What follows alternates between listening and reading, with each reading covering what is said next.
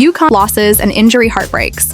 But on Sunday, the Huskies moved to the top of the women's basketball world again, sending senior guard Paige Bueckers, who is expected to be the WNBA's #1 draft pick on April 14th, out with her first national championship. A tearful Bueckers buried her face in coach Geno Auriemma's shoulder as they hugged on the sideline when she exited the game with just over a minute left. Mission at last accomplished. It's been a story of resilience, of gratitude, of overcoming adversity, and just responding to life's challenges, Bueckers said. With guards Bueckers and Azzi Fudd, who missed most of last season with a knee injury, healthy at the same time, and the top freshman in the nation in forward Sarah Strong, UConn looked like so many of its championship teams of old. Not just the best team, but also the team that played the best. Fudd and Strong finished with 24 points each, and Bueckers had 17. For her efforts, Fudd was named the most outstanding player of the Final Four. Meanwhile, freshman Joyce Edwards and sophomore Tessa Johnson led South Carolina with 10 points each, as the Gamecocks fell short of repeating as national champions and finished 35-4. The 10 points are the fewest by any team's leading scorer in a women's NCAA final. UConn now has 12 wins in the Final Four by 20 or more points.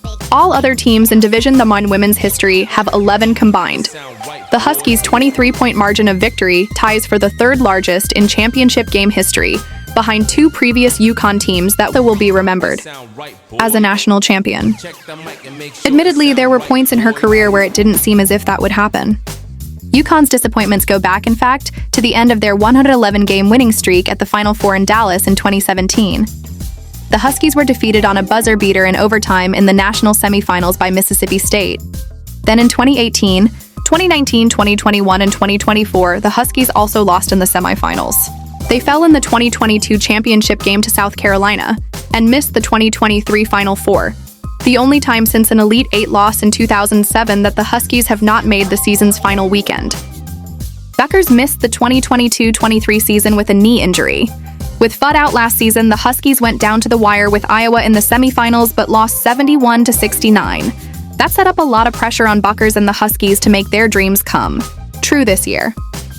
UConn wasn't perfect this season, as has been the case with 6 of the school's former championship teams. But after an 80-76 loss at Tennessee on February 6, the Huskies didn't lose another game. They won the Big East regular season and tournament titles, then dominated their way through the NCAA tournament, including wins over 1 seeds USC, UCLA, and South Carolina, to finish 37-3. On Sunday, the Huskies took a 19-14 lead after a first quarter that featured a very fast pace and some intense defense inside from UConn. The Huskies set the tone by shooting 52.9% from the field in the opening period while holding the Gamecocks to 40%. Unlike UCLA in its semi-final tournament, Feaster went on to a 10-season career in the WNBA, where her daughter will be headed in a few years. Strong is also the first player, regardless of class, to have at least 100 points, 25 assists, and 10 blocks in a single NCAA tournament, since blocks became an official stat in 1988.